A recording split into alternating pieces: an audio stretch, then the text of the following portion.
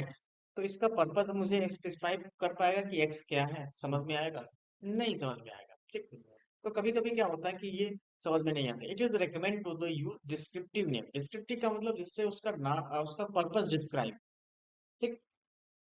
और जो आपका कोड हो मेंटेनेबल और अंडरस्टैंडेबल हो, ठीक। देन अगर हम कहें कि मिनट्स पर आवर 60, तो सही है, समझ में आ रहा है कि इसमें क्या डेटा है, 60 मिनट्स पर आवर है, ठीक है। तो मिनट्स पर आवर क्या है, वेरिएबल का नाम है, उसमें डेटा डाल दिया मैं, एम लिखा, तो ये एम क्या है, मीटर है, मिनट है, क्या है, ये समझ नहीं पता, क्लियर नहीं है, कंफ्यूजन है, ठीक। तो okay, but not so easy to understand what M actually is, okay. Then तो आपका दोनों में क्या है, बहुत बड़ा फर्क है, एक डिस्क्रिप्टिव है और एक शॉर्ट नेम। तो शॉर्ट नेम से अच्छा है कि आप क्या डिस्क्रिप्टिव नेम यूज करो, जिससे आपके प्रोग्राम में रीडेबिलिटी बढ़े, जिससे आप प्रोग्राम को समझ सको, ठीक है। तो इसके लिए क्या होता है कि कुछ चीजें डिफाइन करनी जरूरी है कि कैसे इसका नाम लिखा जाए, ठीक, कैसे नाम लिखा जाए। तो अगर मैं लिख रहा हूँ, मुझे एज स्टोर करना, तो मैं एज लिखूंगा। अगर मुझे क्या लिखना है, मुझे क्वांटिटी लिखना है, तो मैं क्वांटिटी ऐसे लिख दूंगा, ठीक। तो वेरिएबल का नाम उसके पर्पज के लिए आप उसका नाम हम सेट करते हैं, ठीक है। तो उसके कुछ रूल्स होते हैं, कैसे हम रूल्स डिफाइन करते हैं, naming rules of variables can contain letters, digit and underscore, कि उसमें क्या लेटर हो सकते हैं, डिजिट हो सकते हैं और अंडरस्कोर।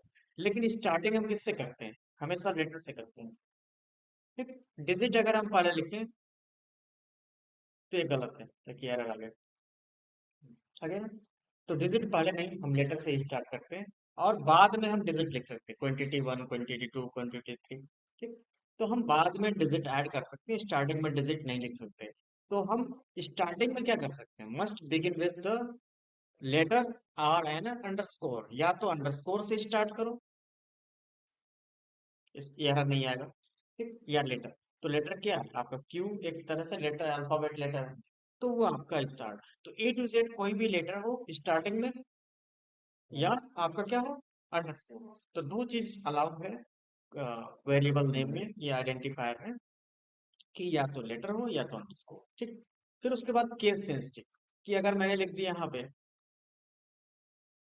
एज, ठीक, और मैं यहाँ पे प्रिंट कर रहा हूँ और मैंने गलती से लिख दिया एज, तो क्या है, ये दोनों सेम है? नहीं, ये स्मॉल कैपिटल है और ये स्मॉल है। इसका मतलब कि ये दोनों में बहुत बड़ा डिफरेंट है, ये दोनों अलग अलग चीज हो गई, आइडेंटिफाई हो गई।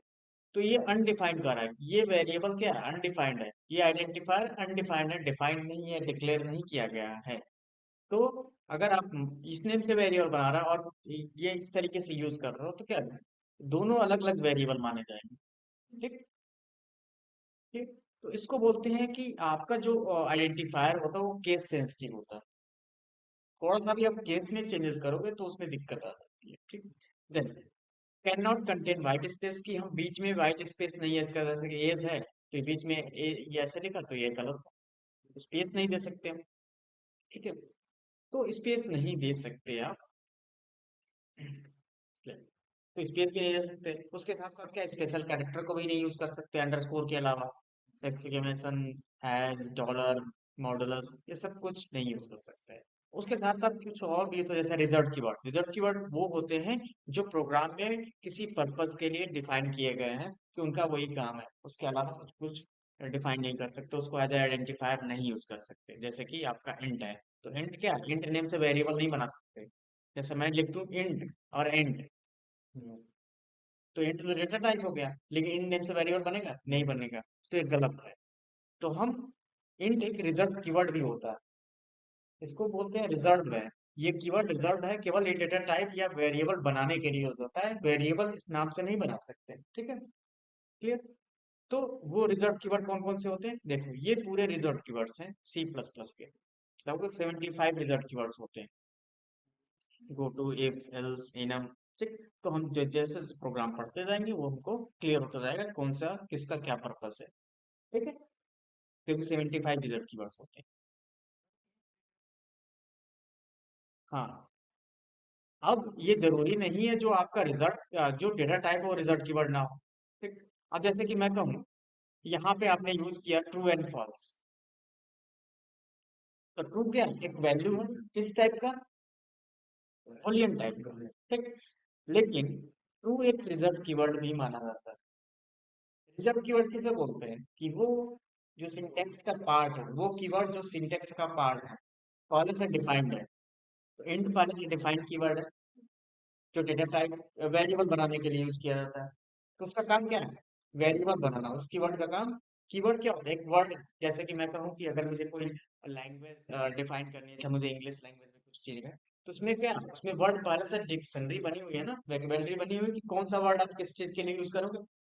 तो वैसे ही क्या होता है इसमें, प्रोग्रामिंग लैंग्वेज में क्या होता है कि कीवर्ड बने होते हैं। लेकिन वेरिएबल, ये माइनम जो वेरिएबल बनाया आपने, ये तो नहीं है इसमें। तो इसको क्या बोलते हैं? आइडेंटिफायर इसलिए बोलते हैं क्योंकि प्रोग्रामर नाम डिफाइन करता है उसका। लेकिन इंट तो पहले से बना होता है ना कीवर्ड। तो this is a keyword, reserve keyword, जिसको वोकैबुलरी ऑफ प्रोग्रामिंग बोलते हैं। तो पहले से रिजर्व है कि वो उसी काम के लिए यूज किए जाएंगे जिस काम के लिए डिफाइन किया गया है। तो उस नेम से वेरिएबल नहीं बना सकते, क्योंकि वो तो डिक्लेयर करने के लिए होता है, टाइप है वो, डेटा टाइप है। ठीक है।